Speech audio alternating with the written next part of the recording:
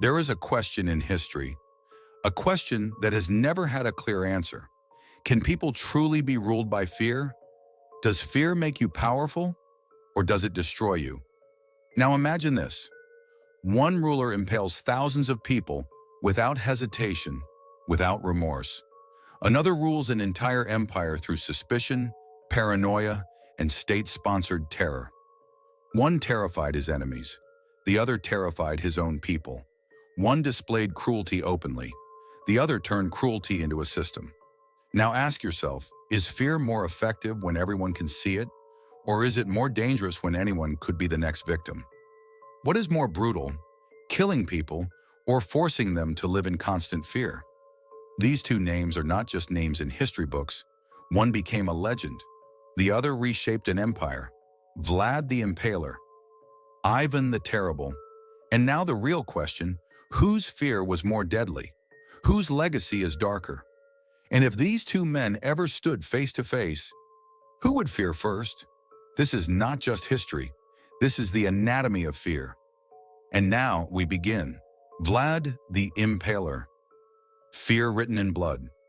Vlad the Impaler rose to power in Wallachia in the mid-15th century, but the moment he took the throne, he did not become a king. He became a warning. Vlad's childhood began in fear. He and his brother were held hostage in the Ottoman court. This was not simply captivity, it was a front-row seat to how power truly worked. There, Vlad learned one brutal lesson. People are not ruled by love, they are ruled by fear. When he returned to claim his throne, Vlad had one goal. No one would ever dare challenge him again. And for that, he chose a method that would become one of the most terrifying punishments in history: impalement. This was not a quick death. Victims suffered for hours, sometimes days, slowly slipping toward the end. The body descended inch by inch. Pain turned into silent screams. Death became a spectacle. Vlad did not hide this punishment. He displayed it. At the entrances of cities, along the roads, sometimes even in front of his palace. Thousands of stakes, thousands of bodies.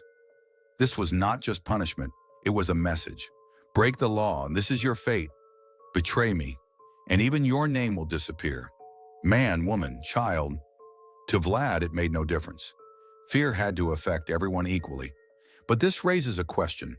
Was Vlad simply a madman? Or was he a cold, calculating strategist? Historical records suggest that during Vlad's rule, theft in Wallachia was nearly non-existent. Legend says that even if gold were left in the middle of the road, no one would dare touch it, because everyone knew punishment was inevitable. When Ottoman forces later entered Wallachia, they were met with a horrifying sight: a forest of impaled corpses. Soldiers stopped. Commanders hesitated. This was no longer a battlefield.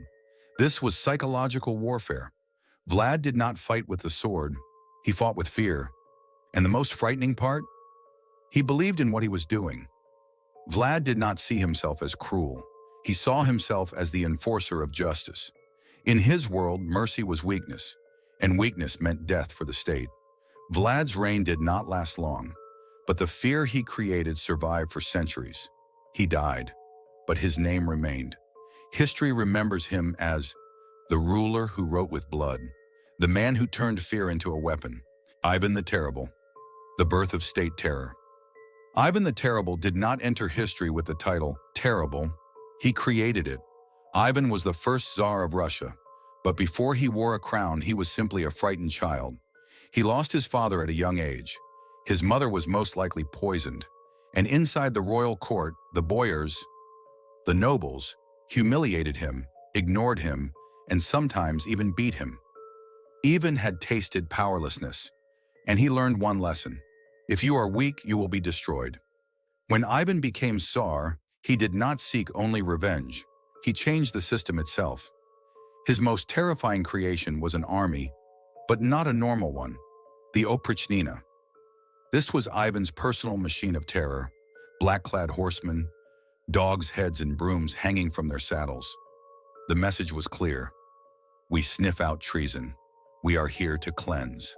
The Oprichniki stood above the law. They could kill whoever they wanted. They could exile whoever they chose. And they did. Cities were silenced by night raids.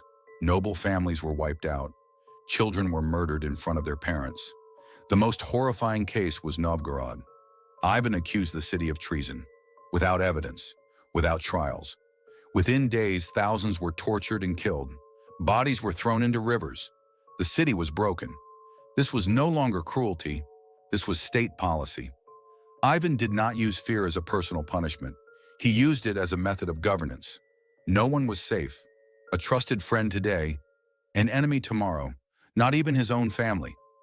In a moment of rage, Ivan struck his own son with a fatal blow. History froze. The Tsar wept. But it was already too late. Under Ivan, Russia expanded. Territories grew, but the cost was devastating. Paranoia, chaos, deep national trauma. When Ivan died, the throne remained, but stability did not. History remembers him as the Tsar who built a state on fear, the ruler who legalized terror. Now let us pause and think. Were these two men cruel simply because they killed, or because they turned living itself into fear? Because Vlad the Impaler and Ivan the Terrible used the same weapon, fear. But their fear was not the same. The form of fear, spectacle versus system. Vlad the Impaler's fear was a spectacle. He carried out punishment in full view of everyone. Stakes lined the roads like warning signs. Vlad was saying, look, and never forget. This was spectacle fear. The moment you see it, you tremble. But Ivan the Terrible's fear was not a spectacle. He built fear into an institution. Black-clad men, suspicion, lists, night raids. Ivan was saying, you cannot be sure you will be alive tomorrow. This was systemic fear. Even if you don't see it, you feel it. Psychology, terror versus paranoia. Under Vlad, people knew one thing clearly: break the law, and your fate is sealed. His fear was brutal, but it appeared rule-based. Under Ivan, the most dangerous thing was not breaking the law. The most dangerous thing was suspicion. Today you are praised, tomorrow your name is on a list. Ivan's fear entered the human mind. What if I am the next victim? This was not just fear. This was paranoia. Target: fear of the enemy versus fear of the people. Vlad's main objectives were clear: obedience at home, deterrence abroad, especially against the Ottomans. In other words, Vlad often directed fear toward the enemy. His message was simple: do not come. Even, however, directed fear not only at enemies, but at his own people, his nobles, his allies, even his closest companions. Vlad said, let the enemy fear. Ivan said, let everyone fear. Scale: regional fear versus imperial fear. Vlad ruled a single region. He held one land with an iron fist. Ivan ruled an empire. His decisions spread across thousands of kilometers. Vlad's brutality shocks the individual. Ivan's terror reshapes an entire country. Final question: if fear means a scene burned into your eyes, stakes, bodies, visible horror, Vlad is more frightening. But if fear means a knock on the door at night, suspicion, secret lists, unseen men, and no faith in tomorrow, Ivan is more frightening. Vlad killed people. Ivan broke societies. Vlad's fear destroyed the body. Ivan's fear destroyed the mind. And now the final question is yours. Which would you fear more? The horror you can see, or the invisible system that surrounds you everywhere? History shows us something unsettling. Fear can build power. Fear can create order. But fear always leaves scars. Vlad the Impaler ruled through visible terror. His violence shocked the world and turned him into a legend. Ivan the Terrible ruled through invisible terror. His fear reshaped a nation and left generations traumatized. One ruled bodies, the other ruled minds. One became a monster in stories. The other became a warning in history. And here is the truth history whispers to us.